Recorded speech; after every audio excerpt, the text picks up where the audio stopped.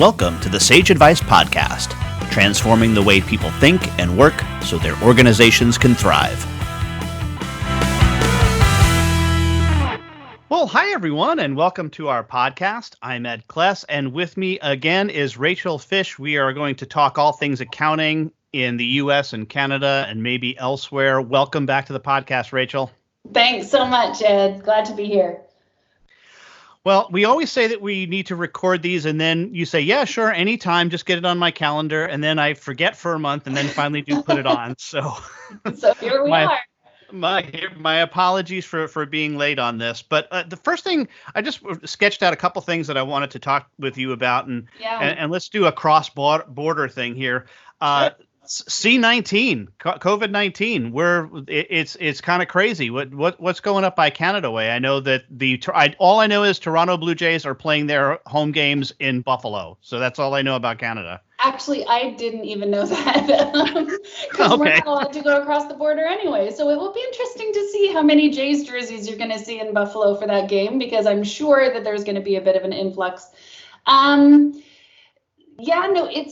Canada's kind of spaced out a little bit. We've got room to breathe around here. So what's been most interesting to me is how much the different rules are lightening or getting worse from province to province. So in the prairie provinces, of course, we've got, Manitoba, for example, had 13 days with no infections.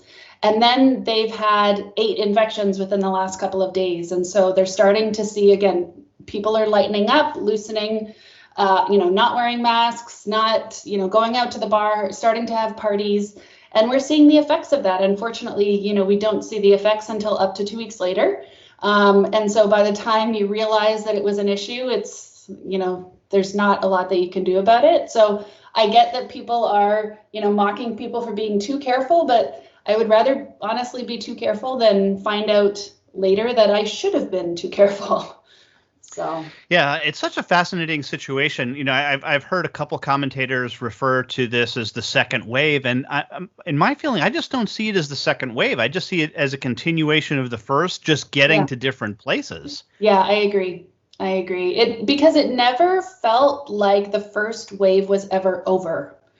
It may have lessened slightly, but it never felt resolved. And so to me, this is just a continuation. I agree.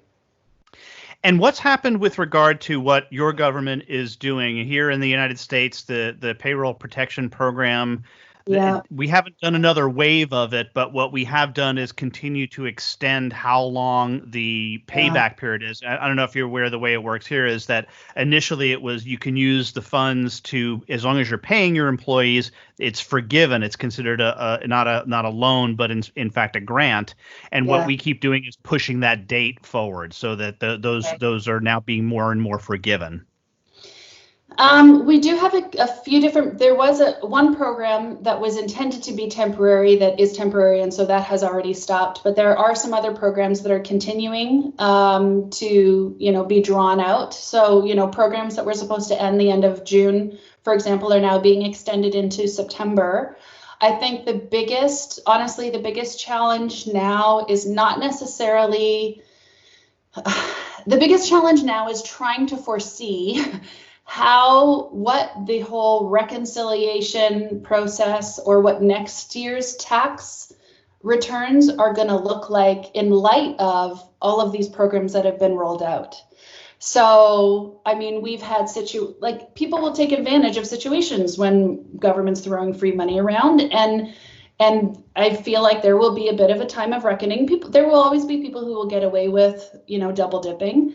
But ultimately, I think that, there's going to be a time of reconciliation for that. And there's going to be a lot of cleanup. And unfortunately, that's going to rest on the shoulders of the accountants and bookkeepers who are, preparing taxes and preparing year-end forms and all of that stuff. So, so right now, everybody's just kind of in a wait and see.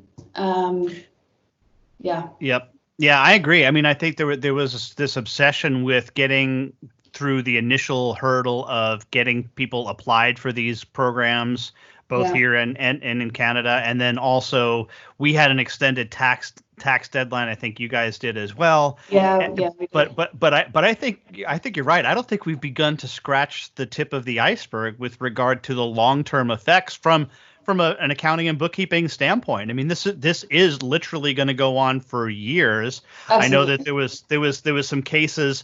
There's still cases that haven't been adjudicated regarding the 1986 tax law changes here in the States. Crazy. Yeah. I think it'll be interesting to see. And I mean, we haven't even started okay, now what do we do about all of the money that we had to borrow to deliver these programs? Like, we haven't even started those conversations. We're still handing out money. So I think that I absolutely agree. This is going to be a long process to get all that sorted out for sure. Yeah, no, I've said to my kids who are 14 and 11 on a couple of occasions when they hear about what's going on, and I said, with all of these loans and government money, I say thank you and I'm sorry, because that's no kidding, because that's really where this is going to come from. Further down the line, a lot of these are going to end up being bond issues that are 30-year type things. So. Yeah, absolutely. So knowing what we do now, and based on, the spirit with which these programs came out in the EdClass world, what would you have done differently when it came to tax return extensions or anything like that? Do you have any thoughts there? Wow, that's a great question because, I do think, and I've heard this a lot from many accountants, especially not so much bookkeepers, but accountants here in the States who are like, I wish they had not have extended the deadline. Yeah. And we could have just gotten through it and been done with it and moved on. And now this extension was creating more of a headache for them. I don't know. I think it was done. That was one of the things that was done in the spirit of, well, we know accountants are going to be busy with these loans, so we're trying to give them a little bit of a break. Right.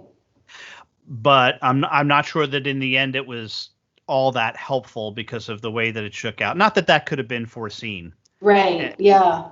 So that's kind of what I feel as well, because unfortunately, what ends up happening, and I don't know if you know very many tax clients that are super proactive in getting their accountant all of their stuff in a really good time. But if there's an extension, that means I get to just not do anything for the next, until the week before the next extension date.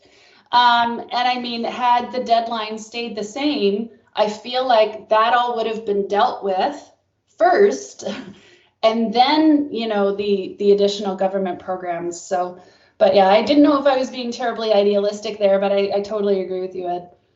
Yeah, no, I agree. So now that we've learned what we've learned, what do you see going forward? Not so much from a prediction standpoint, but more of a trend standpoint as we move into the fourth quarter of not just Sage's fiscal year, but actually the fourth quarter of calendar 2020. Yeah, I know you. I don't know. More than ever, we need So I'm still curious as to see what some of the lasting effects are. What are some of the things that have changed that will continue to stay the way they are now, and what are going to go back to the way that they were? I think we're seeing office openings again in some provinces in Canada. I was talking to an accountant from Saskatchewan the other day. They've been back in their office for a couple of months already. And yet in Toronto, not even close, like maybe by Christmas. But that's kind of how different, the exposure levels are or whatever. So I'm still I think that we will not see the level of in-office work as we have, but what I still don't know is what that difference will actually be. So is it going to be down 20%, 30%?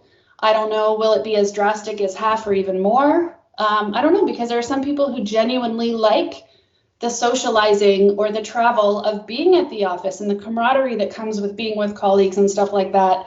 And then there are others that they have a nice setup at home. They're fine doing what they're doing. What are some of your thoughts there with office openings, at least? Yeah, I think you're right. Well, first of all, just a quick note: I've been to Saskatchewan once, and I've been to Toronto a number of times, and I can say safely that it is much easier to social distance in Saskatchewan. What's the joke there? You can watch your dog running away for 3 days. Yeah, that's a good joke.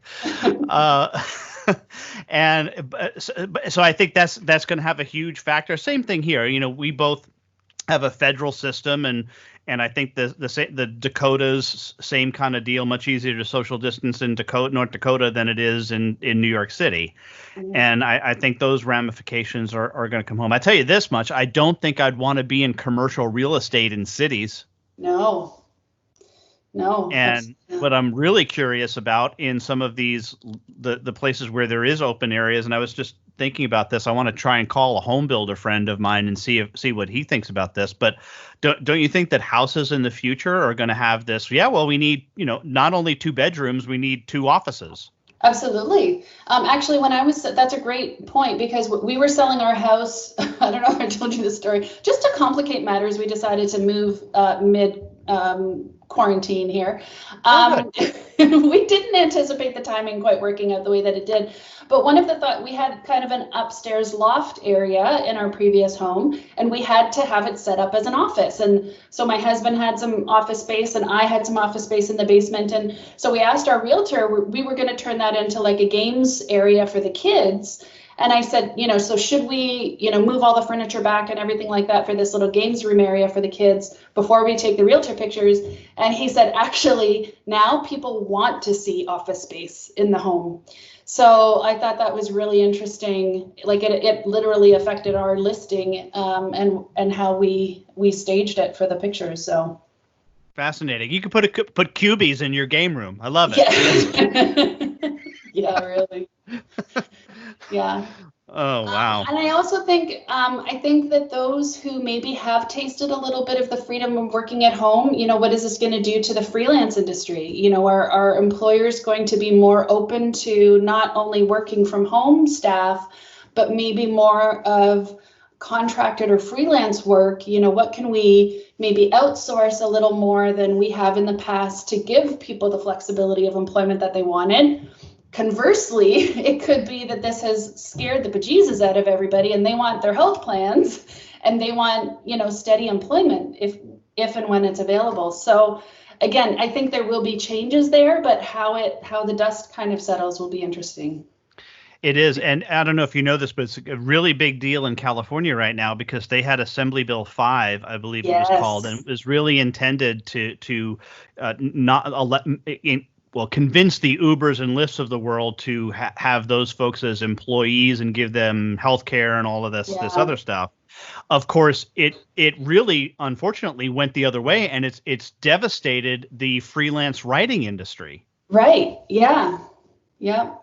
And I wonder the same thing is true with especially accountants. But I think that this tendency toward outsourced accounting was already a huge trend. I think it just got a mega boost with all of this. So that's a great segue, Ed. Because when it comes to outsourced accounting, right, I feel like even for big firms that are adopting outsourced accounting models, or CAS, right? We could just call it, much more broad sense of CAS, but there are companies who kind of only do that piece of bookkeeping, BotKeeper, Scale Factor, Pilot, Bench, those kinds of organizations. To me, it feels like they're getting by, they're getting some clients, but nobody's really acing this thing and really creating a scalable process to become kind of the backbone of these, firms who want to get onto these, bigger and more valued advisory engagements. I just don't see it kind of taking off. And of course, recently there was quite a mess with Scale Factor. After taking in $100 million worth of funding within the last year, they've actually shut down. And there's been some pretty scathing reports coming out around the whole debacle. They, of course, were blaming COVID, but those who were close to the situation knew that there was far more to it than of course, just the COVID and the quarantine disaster that came with it and how it affected their numbers. Is it possible to create a scalable, automated bookkeeping practice that could support firms or bookkeepers in the way that these kinds of companies are trying to build?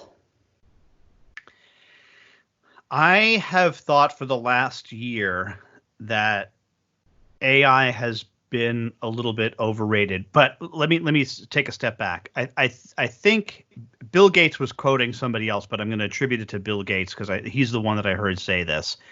And he said it was in a speech. He was talking about technology is always overrated in the short term and underrated in the long term. Right. And I think that's what we're seeing with regard to AI. And you had a great line before we started recording. You said that the scale factor was the Theranos of the accounting industry, which I think is yeah. Great. That's a great line. And I think that that's what we're seeing here. I think this stuff will get there, but I don't think it's. I think it's going to take longer than we think. It's just exactly like I felt 5 years ago. I would have sworn that 2020 we would have driverless cars all over the place. Yeah. And we're not quite there yet. Yeah. I think we will. I still think we will.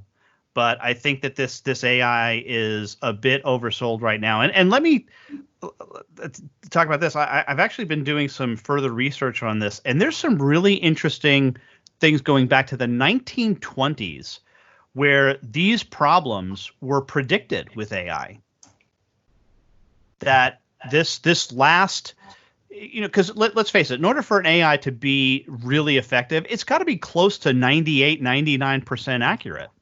Right.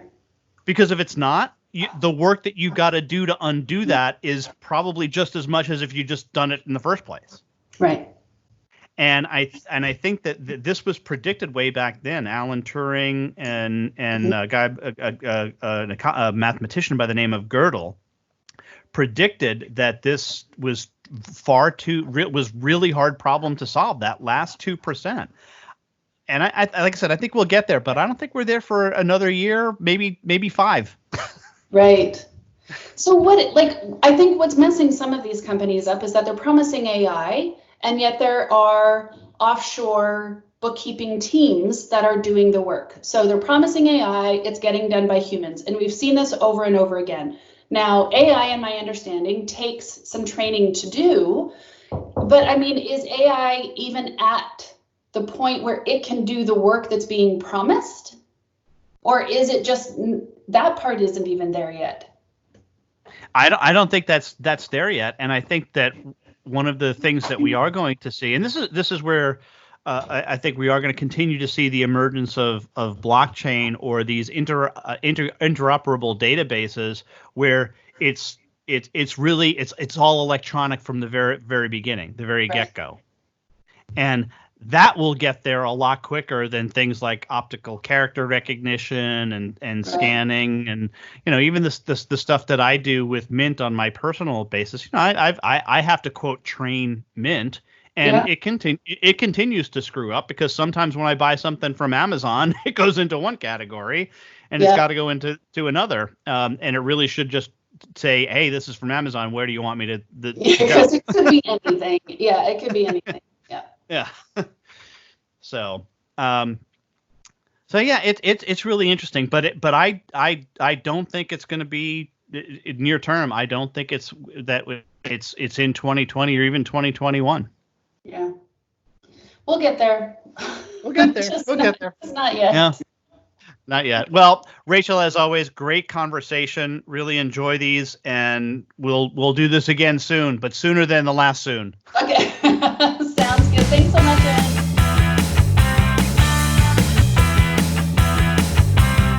For more Sage advice, visit and subscribe at sageadvicepodcast.com.